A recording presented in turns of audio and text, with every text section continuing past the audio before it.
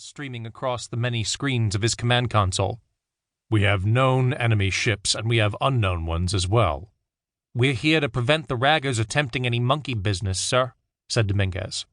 Griffin's shoulders, arms, and hands ached from his too hard grip on the control bars. This had been a long shift, and he'd been forced into taking a stim shot to keep himself alert. The drugs were wearing off, and he didn't want to inject again if he could avoid it. He felt cold despite the protection of his flight suit, and his mouth was dry.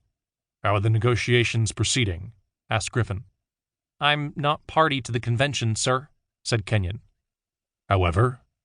"I've been pressing the comms team on the Revengol. Apparently, Haste 112 has been only too willing to talk with Admiral Yerengar." "Any specifics?" "No, sir, only that it's happening." "I don't know if that's a good sign or a bad sign," said Griffin. "I've had enough of Haste 112, and I've had enough of the raggers." "We have 90 ships on full alert, sir," said Lieutenant Brandy Shelton. "We're watching the raggers closely." "Have any more of the enemy ships dropped out of sensor sight?" "Only the 2 we already know about." Griffin swore.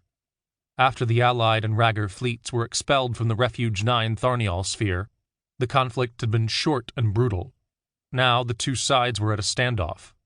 Attack Fleet 1 had a numerical advantage as well as de facto control over the crashed Sekar warship and the entry point to the Refuge 9 facility.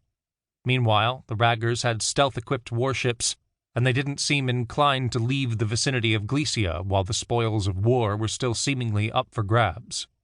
It left a short, perhaps illusionary, window of opportunity for the Allied fleet to extract useful intel from Refuge 9 and maybe, just maybe, make off with some Sekar hardware.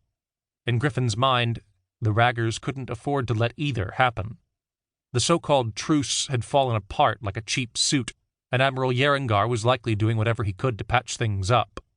Griffin had issued a hastily composed interim mission report, which contained plenty of opinions about the trustworthiness of Haste 112.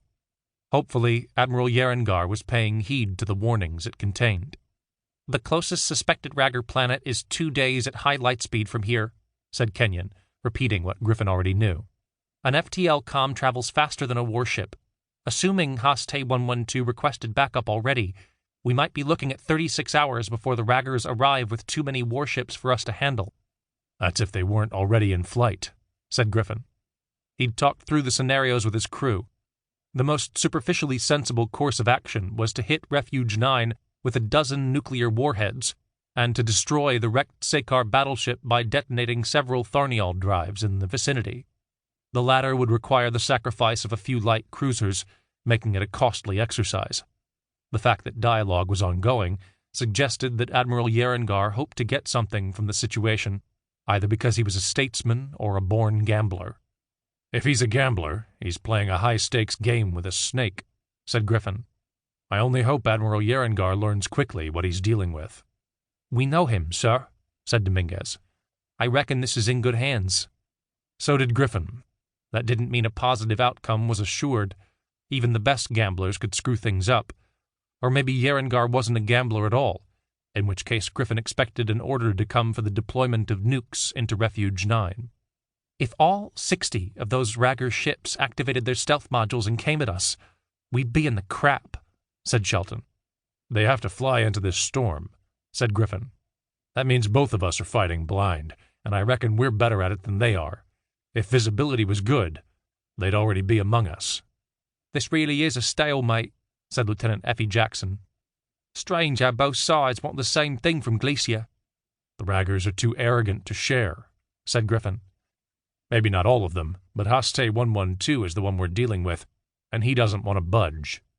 Griffin had fought the Raggers before, but not enough that he could make a good guess at how their high command would react to circumstance. Given time, he would have questioned Captain Isental and the Gradior about it. Perhaps the most senior Raggers acted however they wanted, like semi-governed warlords seeking to prove themselves greater than their peers. At a time like this, it would have been useful to understand their motives. The Thangren and Raggers had been fighting for years, and Griffin expected Admiral Yerengar had a much better handle on the enemy. He stifled a sigh. "Are we any closer to finding out what material the Sekar built that ship out of?" "No, sir," said Dominguez. "Our sensors and the Thangren sensors are turning up a whole lot of null."